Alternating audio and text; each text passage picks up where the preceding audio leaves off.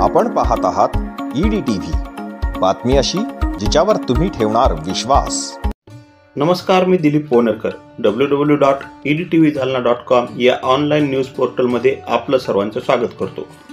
आज आपण भेटणार आहोत एका उत्तुंग आणि प्रसिद्धीपासून अलिप्त असलेल्या एका व्यक्तिमत्वाला, म्हणजेच अशा माणसाला की जो घराच्या ओढीने गुरुकुलमधून पळून गेला आणि पुढे एका नामांकित महाविद्यालयाचे प्राचार्य ते आंतरराष्ट्रीय ख्यातीचे लेखक असा ज्यांचा प्रवास आहे ते म्हणजे प्राचार्य डॉक्टर रामलाल अग्रवाल। त्यांच्या या जीवनाच्या प्रवासातील गुपितं काढून घेतली आहेत विद्यापीठात वेगवेगळी महत्त्वाची पदे भूषविणाऱ्या डॉक्टर शिवाजी मदन यांनी। चला तर पाहूयात डॉक्टर रामलाल अग्रवाल यांचा हा जीवन प्रवास। तर आपण गुरुकुल येथे शिक्षणासाठी गेला होता आणि वडिलांची इच्छा होती की आपण शिकलं पाहिजे, पण आपण गुरुकुलचं शिक्षण अर्धवट सोडून घराकडे परत आला आणि इथं आल्यानंतरही आपण शैक्षणिक क्षेत्रामध्ये पदार्पण करून JS महाविद्यालयाच्या प्राचार्यपदी रुजू झालेला आहात आणि त्यानंतर विद्यापीठामध्ये वेगवेगळ्या अधिकार मंडळात सुद्धा आपण काम केलेलं आहे। डीन म्हणूनही आपण विद्यापीठामध्ये काम केलेलं आहे। हे कुठेतरी विसंगत आहे असं मला या ठिकाणी वाटतं, कारण शिक्षणापासून पळून गेलेला एक विद्यार्थी अशा मोठमोठ्या पदावर गेलेले आहेत। याबद्दल जर काही आम्हाला तुम्ही सांगितलं तर बरं होईल। सर, थोडीशी विसंगती तर पहिल्यापासूनच राहिलेली आहे। माझ्या वडिलांची इच्छा होती की मी संस्कृतचा पंडित व्हावं, संस्कृतचा जाणकार माणूस व्हावं, आणि म्हणून त्यांनी मला गुरुकुलमध्ये ठेवलेलं होतं। गुरुकुलहून मी घराच्या आई वडिलांच्या प्रेमापोटी पळून आलो,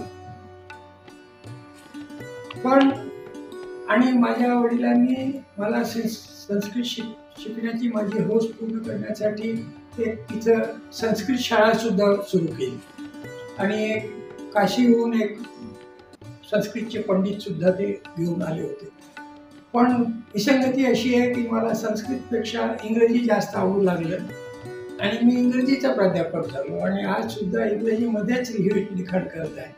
तर बऱ्याच वेळेला काय होतं की आपल्याला जायचं एका वाटेला असतं, पण आपण निघून जातो दुसऱ्या वाटेला।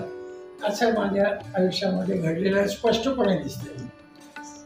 प्रश्न असा आहे की आपण घोडेगाव ते जालना ही जी वाटचाल आहे, ही वाटचाल कारण व्यापारी कुटुंबातून आलेला असताना ही वाटचाल आपण कशी केलेली आहे? त्याचं असं झालेलं आहे सर, माझे आजोबा हे घोडेगावला राहते, तिथे त्यांची जमीन होती, शेती होती आणि घोडेगावहून जालन्याला नेहमी त्यांना येणं जाणं करावं लागत होतं, म्हणून त्यांनी जालन्यालाही एक घर घेतलं आणि त्यांची मुलं ही जालन्यातच राहू लागली। म्हणजे माझे वडील आणि काका हे जालन्यातच राहू लागले। आम्ही मात्र छोटे छोटे नातवंड वगैरे हे घोडेगावला परत पुन्हा जायचं। आम्ही पुढच्या दिवसामध्ये तर फार जास्त चक्रा व्हायच्या आमच्या, आणि ह्या चक्रा ज्या आहेत त्या बैलगाडीनं व्हायच्या आणि जवळपास 5, 6, 7 तास आम्हाला घोडेगावला जाण्यासाठी आणि तिथून परत येण्यासाठी लागायचे। तर घोडेगावचं माझं स्वप्न आमचं तिथं घरही होतं, आता आहे का नाही मला माहीत नाही। आम्ही जालन्यात स्थायिक झाल्यानंतर मग तिकडं थोडंसं दुर्लक्ष केलं आणि आज मग जालन्यामध्ये असताना मी सुरुवातीला मारवाडी स्कूलमध्ये दाखल झालो। तिथं माझं मन लागत नव्हतं, मी इकडं तिकडं फिरत होतो जास्त, म्हणून वडिलांनी मला इथून गुजरातमध्ये पाठवलं। गुजरातच्या नवसारीमध्ये गुरुकुल सुपा म्हणून शिक्षण संस्था आहे, महर्षी दयानंद सरस्वतींनी सुरू केलेली, त्या संस्थेमध्ये मला पाठवलं त्यांनी। ती संस्था म्हणजे आर्य समाज ही संस्था आहे। तिथं एक प्रकारचे भारतीय संस्कृतीचं प्रतिबिंब आपल्याला बघायला मिळतं किंवा आर्य संस्कृतीचं प्रतिबिंब आपल्याला बघायला मिळतं। आम्हाला पहिल्या दिवसापासूनच संस्कृत शिकवायला सुरुवात केली त्यांनी मला म्हणायला आनंद होतो की पहिल्याच वर्षामध्ये आम्हाला लघुसिद्धांत कौमुदी नावाचे व्याकरण जे आहे संस्कृतमध्ये ते शिकायला मिळालं. अर्धी चड्डी आणि अर्ध शर्ट खालीचं आणि नदीवर स्नान करणं हे सगळं, आणि सकाळी संध्या हवन, संध्याकाळी संध्या हवन, हे सगळं आम्ही तिथं करायचो. स्वतःच्याच हाताने स्वतःची भांडे धुणे, स्वतःचे कपडे धुणे, हे सगळं त्या ठिकाणी आम्ही करत होतो. नंतर 4-4:30च्या नंतर आम्हाला खेळायलाही मिळण्यात येत असे, आणि ग्राउंडवर मी हॉकी, फुटबॉल, क्रिकेट. कुठपर्यंत तिथं कोणत्या वर्गात? मी 5 वर्ष तिथं होतो सर. बरं. मोठा पिरियड होता 5 वर्ष. 5 वर्षानंतर मी जेव्हा घरी आलो तेव्हा वडिलांचा खूपच लाड झाला, घराच्या लोकांचा खूपच लाड झाला. बरं. आणि त्याच्यामुळं काय झालं की माझं मन इथं लागलं, आणि मग परत जाण्यासाठी माझी तयारी होईल.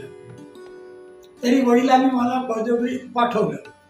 तर जसंच त्यांनी पाठवलं आणि ते आले परत, तर नंतर माझं मन तिथं लागेल. तिथं एक विद्यार्थी होता, तो बाजूच्याच गावाचा होता. तो म्हणे, चल मी तुला स्टेशनपर्यंत सोडतो, ट्रेन घरी जा. तर मी त्याच्याबरोबर गुरुकुलहून पळालो. आणि तिथं 2 रस्ते होते सर. एक नवसारीचा रस्ता होता आणि एक बारडोलीचा रस्ता होता. नवसारीचा रस्ता 9 किलोमीटर आणि बारडोलीचा जवळपास 17-18 किलोमीटर असा होता.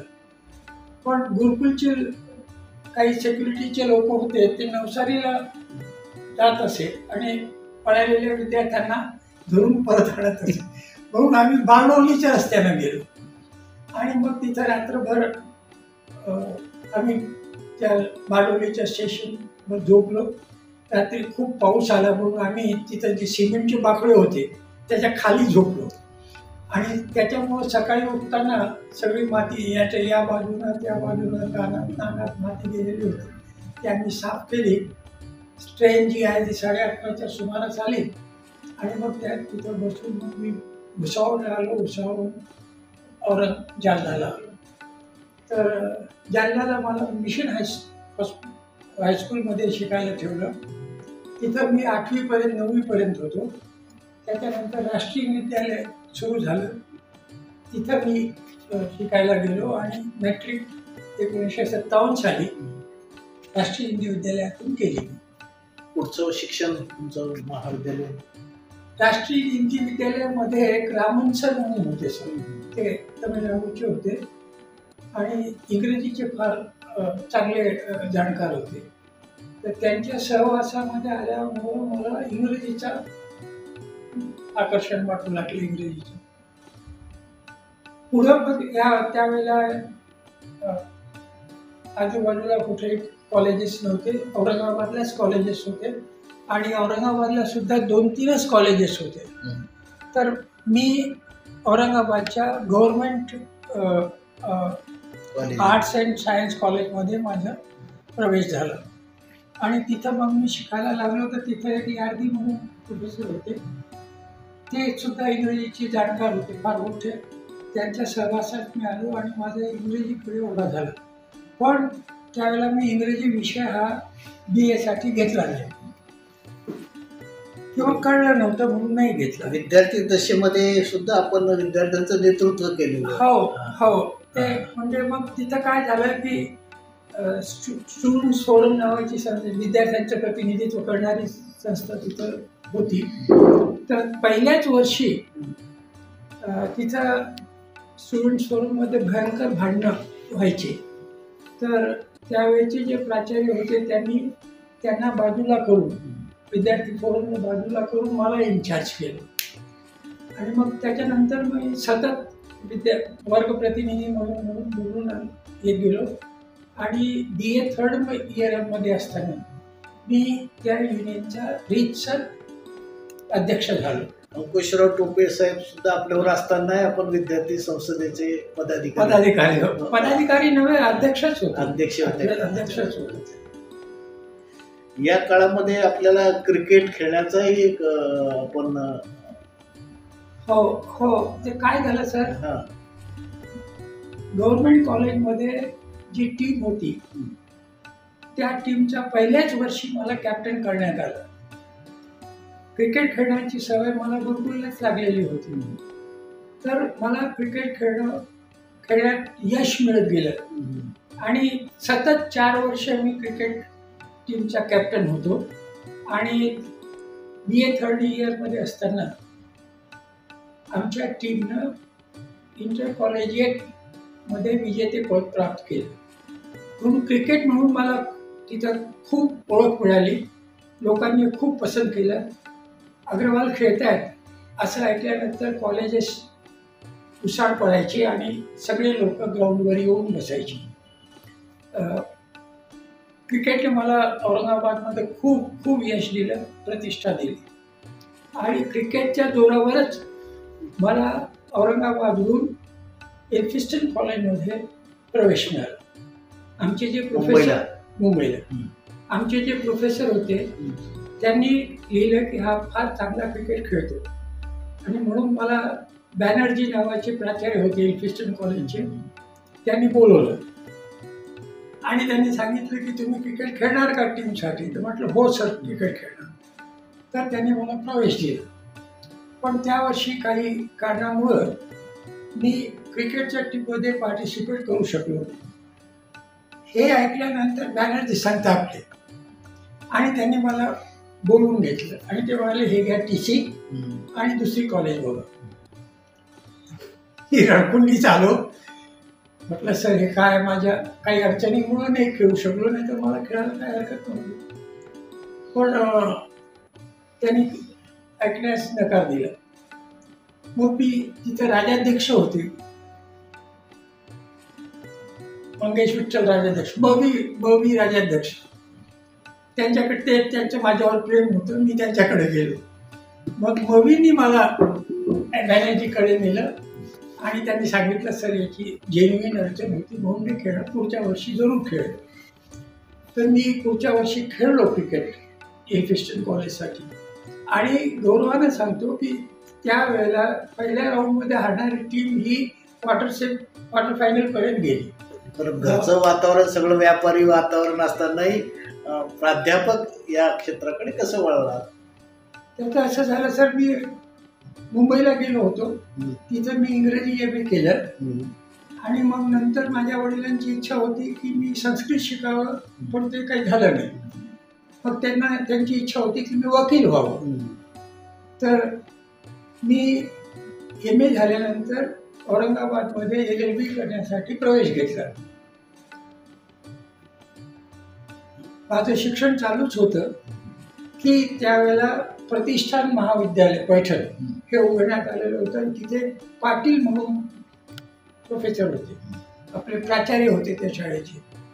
ते जालन्याला आले आणि त्यांनी मला सांगितलं की रामलाल हे नवीन कॉलेज उघडलेलं आहे, तू MA इंग्लिश झालेला आहे, आमच्याकडे इंग्रजी शिकवण्यासाठी कोणी प्राध्यापक नाही आहे, तर तू माझ्याबरोबर चल.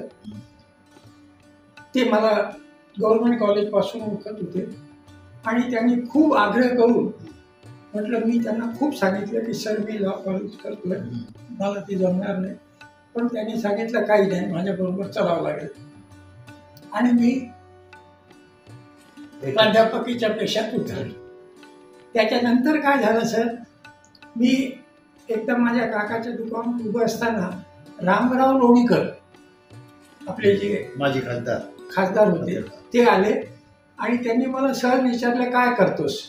म्हटलं मी पैठणला आहे. तर ते म्हणाले शिवाजी कॉलेजमध्ये येतो का? म्हटलं सर मिळाली जागा तर येतो. आणि मग त्यांनी मला लगेच सांगितलं की उद्या तयार आहात, आपल्याला परभणीला जायचं आहे. आणि मी त्यांच्याबरोबर परभणीला गेलो आणि त्यांनी डांगे सर म्हणून होते प्राचार्य, त्यांना फोन करून सांगितलं की माझ्याबरोबर एक इंग्रजीचा प्राध्यापक आणलेला आहे, मी त्यांना घेऊन येतो, तुम्हाला काय विचारायचं विचारा आणि नंतर त्यांना लवकर सोडा, मला त्यांना जेवण द्यायचे आहे. माझ्या फार जवळच्या मित्राचे नातू आहे.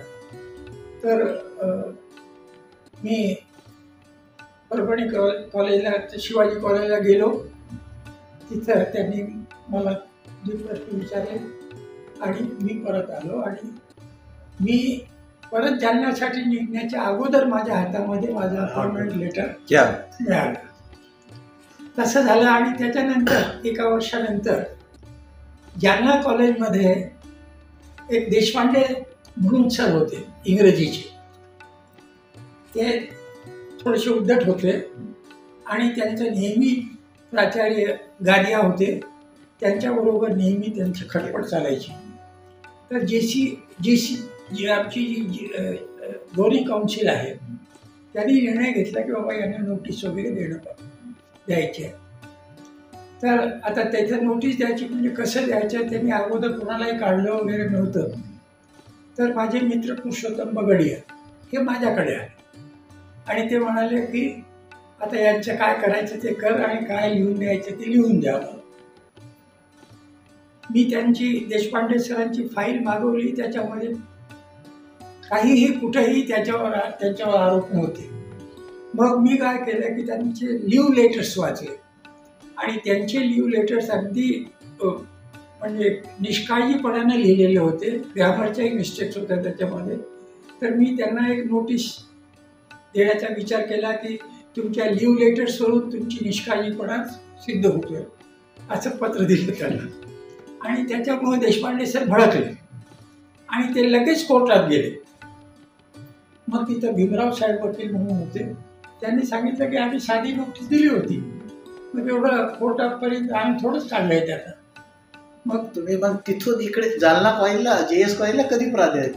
मग हे तेच सांगतो सर की त्यांना मग ते हायकोर्टात गेले, तिथं हारले आणि मग त्यांच्या जागेवर पुरुषोत्तम शेठच्या मदतीने सहकार्याने मी जालना कॉलेजमध्ये 1967 लागलो सर. तुमची ही जी वाटचाल आहे JS महाविद्यालयामध्ये इंग्रजी विषयाचे प्राध्यापक आणि त्यानंतर प्राचार्य, हा कालखंडाकडे तुम्ही कसं बघता?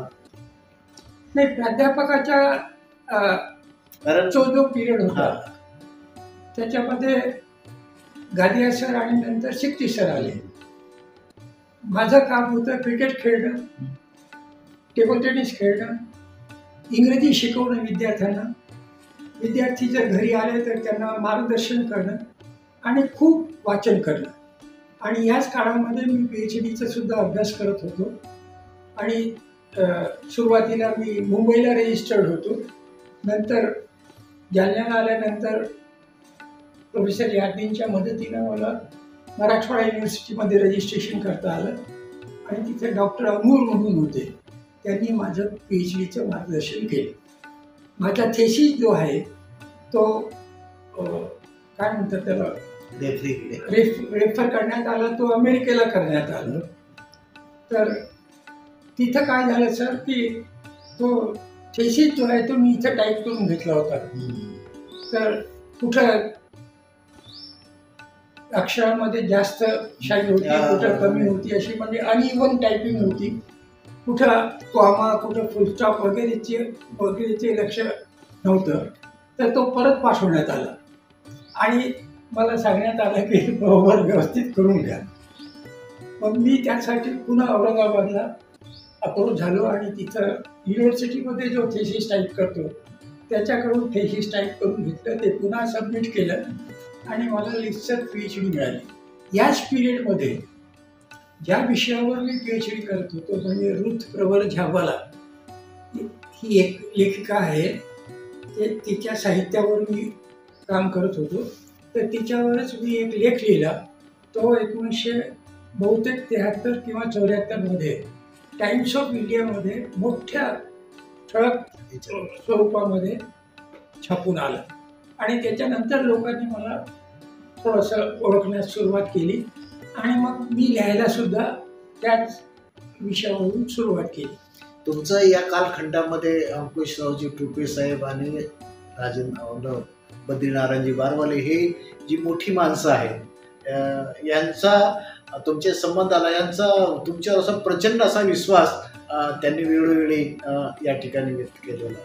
तर त्यांचे जे तुमचे संबंध आलेले आहेत यावरच थोडंसं सर, टोपे साहेबांशी माझे संबंध कॉलेजचे दिवसाची आहे. जरी आम्ही एकमेकांशी कधी बोललो नव्हतो, जवळ आलो नव्हतो, काही नव्हतं, पण टोपे साहेब इथं आल्यानंतर आणि मी इथं असल्यामुळं त्यांचं माझ्यावर खूप प्रेम राहिलं. ते मला बोलून घेत असे. ते म्हणाले की मी बोलायला शिकलो ते रामलालपासून शिकलो, की असं एक त्यांनी JES कॉलेजच्या एका ओपन सभेमध्ये सांगितलं. आणि त्यांनी मला मत्स्योदरी कॉलेजच्या मॅनेजमेंटवर घेतलं, मत्स्योदरीच्या इंजिनिअरिंग कॉलेजच्या मॅनेजमेंटवर घेतलं. मी त्यांच्या कॉलेजमध्ये MA च्या विद्यार्थ्यांना शिकवण्यासाठी जात होतो. आणि जेव्हा केव्हा ते दिसले किंवा भेटले तर ते थांबत असे. त्यांनी मला यशवंतराव प्रतिष्ठानमध्ये सुद्धा फार महत्त्वाची भूमिका दिली. मी जर मागं बसलेलो असेल तर ते मला अगदी बोलून घ्यायचे की तुम्ही या इकडं आणि बाजूला बसायला जा. एवढं प्रेम त्यांनी मला दिलं. बारवाले साहेबांची सुद्धा माझी ओळख नव्हती, म्हणजे ओळखून होतो आम्ही एकमेकांना, पण बोलणं चाललं नव्हतं. पण जेव्हा मी प्राचार्य झालो तेव्हा एक दिवस त्यांचा फोन आला आणि मी गडगडून झालो की काय झालंय, काहीतरी चुकलं दिसतंय ना आता माझी काही. तर ते आले, ते बसले. रामलाल, मी इकडून जात होतो तर तुझ्याबद्दल ऐकतोय, तर तुझ्याशी भेटायची इच्छा झाली माझी, मी आलो. तर बसले, बोलणं झालं. ते म्हणाले काय काय काय करतायत मेरिटसाठी, विद्यार्थ्यांना मेरिटमध्ये आणण्यासाठी. तर मी त्यांना सगळं सांगितलं. कारण की आमच्या कॉलेजमध्ये एका वर्षी 21 विद्यार्थी महाराष्ट्रामध्ये मेरिटमध्ये आलेले होते. इतकी मोठी संख्या अगोदर कधीच आलेली नव्हती, कोणत्याही कॉलेजची आलेली नाही आहे. तर मी त्यांना ती थोडीशी कल्पना दिली की आम्ही काय केलं. आणि मग मी त्यांना विनंती केली की सर, तुम्ही या विद्यार्थ्यांना बक्षिसं त्यांचा सत्कार करा. आणि त्यांनी ताबडतोब स्वीकार केलं. ते आलेही. आणि त्याच वर्षी त्यांनी बारवाले स्कॉलरशिप म्हणून डिक्लेअर केली, जी जवळपास 20 लाखाची वर्षाला होती. ती राबली 10-1 वर्ष चालत गेली तशी. तर आम्ही जवळ आल्यामुळं मग साहेबांचं प्रेम माझ्यावर वाढत गेलं. माझं नशीब आहे की वाढत गेलं. आणि शेवटी मग आम्ही बसलो असताना मी सांगितलं त्यांना की सर, एक भवनची गरज आहे. त्यांनी ताबडतोब मला दुसऱ्या दिवशी, ते त्याच दिवशी मुंबईला गेले आणि दुसऱ्या दिवशी फोन करून मला बोलवून घेतलं. आणि ते म्हणाले आपल्याला कोर्टात जायचे, जमीन घेतलेली आहे मी. आणि मग मला त्याने जमिनीची माहिती दिली. आणि अशा प्रकारे हे भवन निर्माण झाला. जर त्यावेळेला 10 कोटी लागलेले आहे या भवनाला. आज हे जालन्याचं प्रमुख स्थळ झालेलं आहे. अगदी लग्नासाठी असो किंवा कल्चरल ॲक्टिव्हिटीजसाठी असो किंवा एज्युकेशनल ॲक्टिव्हिटीजसाठी असो. मला बोलायला अभिमान वाटतो की आपल्या इथं जालन्यामध्ये फाउंडेशनने शिष्यवृत्तीसुद्धा सुरू केलेली आहे. आणि त्यामुळे विद्यार्थ्यांना भरीव मदत मिळत आहे. असे सर, आपल्या या सगळ्या वाटचालीमध्ये आपण जे लिखाण केलेलं आहे, तर आपली काही पुस्तकं आलेली आहे आणि काही वेगवेगळ्या संस्थांनी ती पुस्तक प्रकाशित केलेली आहे. तर ही जी वेगवेगळी आपली जी लिखाण आहे, जे लेख आहेत, त्याच्या संदर्भात आणि आपलं जे पुस्तक आलेलं आहे, मला वाटतं ते मोठ्या संस्थेनं प्रकाशित केलेलं आहे. या सगळ्या घटनामुळे आपण जे आंतरराष्ट्रीय स्तरावर केलेलं आहे त्याच्या संदर्भातही आम्हाला जाणून घ्यायला किंवा माहिती घ्यायला मिळेल. सर, मी सुरुवातीपासूनच लेख लिहित होतो. जसं मी सांगितलं, टाइम्स ऑफ इंडियामध्ये माझा पहिला लेख आला. त्याच्यानंतर इंडियन एक्सप्रेसमध्ये मी लिहिलं. त्याच्यानंतर क्वेस्टमध्ये मी लिहिलं. यूथ टाइम्समध्ये मी लिहिलं. त्याच्यानंतर ऑनलुकरमध्ये मी लिहिलं. आणि हे जसे जसे लेख येऊ लागले तसंच मग मला वर्ल्ड लिटरेचर टुडे ही अमेरिकेची संस्था आहे, मोठ्या युनिव्हर्सिटीतर्फे चालवण्यात येते. त्यांचं आमंत्रण आलं की तुम्ही आमच्यासाठी पुस्तकांचे रिव्ह्यू लिहा. तर मी त्यांच्यासाठी लिहू लागलो. आणि जवळपास 20, 25, 30 रिव्ह्यूज मी मोठ्या मोठ्या लेखकांचे त्या वर्ल्ड लिटरेचरमध्ये पब्लिश केले. तर लिखाणाची आवड असल्यामुळं हे सगळं घडत होतं. मग पात्रिच नावाची एक पब्लिशिंग हाऊस आहे अमेरिकेला, त्यांनी मला सांगितलं की तुम्ही तुमचं संकलन आम्हाला द्या, आम्ही छापतो ते. तर ते छापले त्यांनी. काय त्या पुस्तकाचं नाव? Outsiders and Insiders. आणि नंतर त्याच्या आधी आपल्या कॉलेजच्या लोकांनी मला सत्कार करण्यासाठी बोलवलं आणि त्याच वेळेला त्यांनी निश्चय केला की आम्ही एक पुस्तक छापू. तेही पुस्तक छापण्यात आलं. त्याचं नाव आहे लिटररी युनिव्हर्स. या पुस्तकामध्ये माझे काही लेख आहेत आणि मग दुसरे जे साहित्यिक आहेत, माझे मित्र आहेत, त्यांचे लेख आहेत. अशा प्रकारे ते 400-450 आता सध्या जगामध्ये किती वाचक आहेत? माझे जे रिसर्च आहे ते पुस्तकी मी छापलेलं आहे. स्टर्लिंग पब्लिशर्स नावाची दिल्लीमध्ये एक संस्था आहे, त्यांनी ते पुस्तक छापलं आहे आणि ते आजपर्यंत आपल्या पुस्तकालयामध्ये विक्री करण्यासाठी आहे. तर अशा प्रकारे हे वाढत गेलं. नंतर मग मी काय करू लागलो की ऑनलाईन मॅगझिन्स आहेत खूप इंटरनॅशनल, तर त्यांच्यासाठी लिहू लागलो आणि आज जवळपास 15 ऑनलाईन मॅगझिन्स आहेत. हे ऑनलाईन मॅगझिन्स पियर रिव्ह्यूड आर्टिकल्सच छापतात. पियर रिव्ह्यूड म्हणजे ते परीक्षकाकडून तपासून घेतल्यानंतरच त्याला छापतात, प्रकाशित करतात. तर जवळपास 15 असे ऑनलाईन मॅगझिन्स आहेत जे माझं रिव्ह्यू किंवा हे छापत जातात.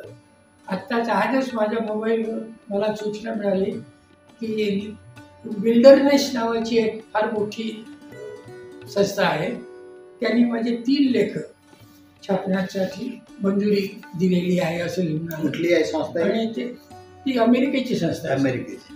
आणि ते 1 एप्रिलला बहुतेक ते छापलेलं. तर असं हे वाढत गेलं. आज अकॅडमिया म्हणून पुन्हा एक फार मोठी संस्था आहे, तर त्या संस्थेमध्ये माझे लेख छापलेले आहेत. आणि ती संस्था अशी आहे की तुम्ही छापलेले लेख किती लोकांनी वाचले याची त्यांच्याकडे नोंद आहे. ते जे लोक वाचणारे आहेत, जे हे लेख लिहिलेले आहे याचे किती देशात वाचक आहेत? हो ना, मी बोलतो ना सर. त्यांच्याकडे ते जे वाचक आहेत त्यांचा दर्जा काय आहे, ते कोणत्या युनिव्हर्सिटीमध्ये काम करतात, कोणत्या गावामध्ये काम करतात, त्यांचं लेखन किती आहे, या सगळ्यांची माहिती त्यांच्याकडे आहे. तर ती जी माहिती मला उपलब्ध होते मोबाईलवरून, तर त्याच्यामध्ये मला 9,500च्या जवळपास वाचकांनी पसंती दिलेली आहे. देशातले का विदेशातले? आणि याच्यामध्ये 110 देशांची लोक, 110 देशामध्ये ते लेख गेलेले आहेत आणि तिथं लोकांनी तिथं वाचलेले आहेत. आणि ही जी संस्था आहे अकॅडमिया, तर ती त्याचा हिशोब ॲनालिसिस सुद्धा देते की अमेरिकेच्या किती लोकांनी वाचलं, इंग्लंडच्या किती लोकांनी वाचलं, ते सगळं त्या तिथं आपल्या मोबाईलवर त्यांच्या साईटवर उपलब्ध आहे. अशा प्रकारे मला असं वाटतं की मी 2-3 महिन्यामध्ये 10,000 वाचकांचा टार्गेट नक्की पूर्ण करेल असं मला विश्वास आहे. सध्या मी एक फार मोठ्या पुस्तकावर लिहितोय. ते अब्राहम वर्गीस नावाचे एक डॉक्टर आहे अमेरिकेमध्ये, तो भारतीय मूळचाच आहे. तर त्याने द कॉव्हेनंट ऑफ वॉटर अशी एक फार मोठी 700 पेजेसची पुस्तक लिहिलेली आहे. त्याच्यावर रिव्ह्यू मी लिहित आहे. आणि आज 15 दिवसा अगोदर मी दुसरं एक फार मोठं गाजलेलं पुस्तक आहे, ते दी पॅलेस ऑफ इल्युजन्स नावाचे. तर ते सुद्धा फार ठिकाणी म्हणजे सेशनमध्ये आहे. सेशन म्हणजे लोक जमतात, 10-15 लोक जमतात आणि त्या लेखावर डिस्कशन करतात. तर अजून एक मी लेख लिहिलेला आहे याच 15-20 दिवसामध्ये, तो आहे VS नायपॉलवर. VS नायपॉल हा भारतीय म्हणजे त्याची तुमचे हे जे लेख आलेले आहे यातले काही अति वादग्रस्त लेख असतील ना ज्यांच्यावर म्हणजे अशी वेगवेगळ्या लोकांनी टिप्पणी केली असेल? नाही, काही लोकांनी असे सगळ्यात जास्त मी एक लेख नरेंद्र मोदीवर लिहिला होता, तर त्यावर खूप चर्चा झाली सर. त्याच्यानंतर मी एक जवाहरलाल नेहरूवर लेख लिहिलेला आहे, त्याच्यावर सुद्धा खूप चर्चा झाली. म्हणजे आपल्याकडे पॉलिटिकल फील्डमध्ये जर काही लिहिलेलं असेल, पार्टीला अनुसरून जर काही लिहिलेलं असेल तर त्याच्यावर खूप चर्चा होते. आपल्याकडे तसंच लिटरेचरसाठी फार कमी जागा मिळते आणि आपलं जे वाचन आहे ते फार सीमित असल्यामुळं फार कमी लोक त्यावर लक्ष देतात. पण मला आश्चर्य होतं की विदेशमध्ये भयंकर उत्सुकता आहे आणि लोक अगदी आवडीनं पुस्तकं ते वाचतात किंवा त्या पुस्तकावर वाचन संस्कृती आपल्यापेक्षा तिकडे जास्त असं ती फार मोठ्या प्रमाणावर आहे. आपल्याकडे तर जवळपास 80च आहे असं म्हटलं तरी चालेल. बाहेर फार असल्यामुळे तिथं खूप चांगला रिस्पॉन्स आपल्याला मिळतो. मला शेवटचं एक असं विचारायचं आहे की आपण ज्या महाविद्यालयात होतात, जालना जिल्ह्यामध्ये नेतृत्व करणारी जी मंडळी आहे वेगवेगळ्या पक्षामध्ये आहे, दानवे साहेबापासून ते समजा खोतकर आहेत, गोरंट्याल आहेत, आंबेकर आहेत, हे सगळे आमचे विद्यार्थी आहेत. ही जी मंडळी आहेत ही सगळी मंडळी तुम्ही कशी हँडल करीत होता त्या काळामध्ये? कारण ही जी मंडळी मी यावेळेला गोरंट्याल आणि अर्जुनरावांचं इलेक्शनचा पिरियड होता, त्यावेळेला मी इलेक्शन इन्चार्ज होतो आणि त्यावेळेला खूप वाद झाले. या दोघांचे बाहेरच चालत होते आणि ते हँडल करणं फार कठीण होतं. पण या दोघांना ते आजही कठीण आहे. पण या दोघांना माझ्याबद्दल खूप आदर असल्यामुळं कॉलेजमध्ये त्यांनी तसे काही गडबड केलेले आणि खोतकर असो किंवा गोरंट्याल असो हे कॉलेजमध्ये वागताना फार सुंदर आणि सभ्यपणाने वागत होते. बाहेर त्यांनी काय केलं त्याच्याशी माझा काही संबंध नाही. दानवे साहेब विद्यार्थी होते आमच्या वेळेला, पण त्यावेळेला ते म्हणजे असं पॉलिटिकली फार जास्त ऍक्टिव्ह नव्हते. अरविंद चव्हाण पण होते, पण अरविंद चव्हाण सुद्धा फार प्रेमाने वागत असे, माझी ओळख आहे त्यांची. पण ते म्हणजे ॲक्च्युअली फार जास्त ते शिकले, सगळं लिडरशिप तिथंच शिकले आमच्याकडेच. कारण की आमचे जे इलेक्शन्स व्हायचे स्टुडंट्स युनियनचे ते फार फार फेअर पद्धतीने व्हायचे आणि त्याच्यामुळं प्रत्येक मुलाला उभं राहण्याची, कंटेस्ट करण्याची उभा होती. आमच्याशी त्यांच्या संपूर्ण आयुष्याची जी वाटचाल आहे, जी ज्या पद्धतीने ते जगलेले आहेत, खरं म्हणजे व्यापारी कुटुंबात जन्माला आलेली मंडळी वडिलांची इच्छा शिक्षण घ्यावी, स्वतःची इच्छा शिक्षण घ्यावी आणि या माध्यमातून एक मोठ्या पदावर आपण गेलेला आहात. JS सारखं महाविद्यालय असेल किंवा विद्यापीठामध्ये अधिकार मंडळ असेल आणि माझ्यासारखे असंख्य विद्यार्थी आपण या ठिकाणी घडविलेले आहेत आणि एक वेगळा नावलौकिक आपला निश्चितच शैक्षणिक क्षेत्रामध्ये आहे. जालना जिल्ह्याला आणि महाराष्ट्राला आपली ओळख आपण दिलेली आहे, कारण हे फार मोठं योगदान जालनावासियांना किंवा कोणालाही माहीत या ठिकाणी नाही. आपण आपल्या मुलाखतीमधून हे जे आमच्यासमोर मांडलेलं आहे हे खरोखरच आमच्यासाठी, जालना जिल्ह्यासाठी अभिमानास्पद आहे. आपण आलात, आमच्याशी संवाद साधला, आम्हाला आपली जी वाटचाल आहे ती कथन केली, त्याबद्दल आपला मी आभारी आहे. धन्यवाद. मी पण सर आपला आभारी आहे. आपण बोलून घेतलं आणि माझं ऐकलं. थँक्स.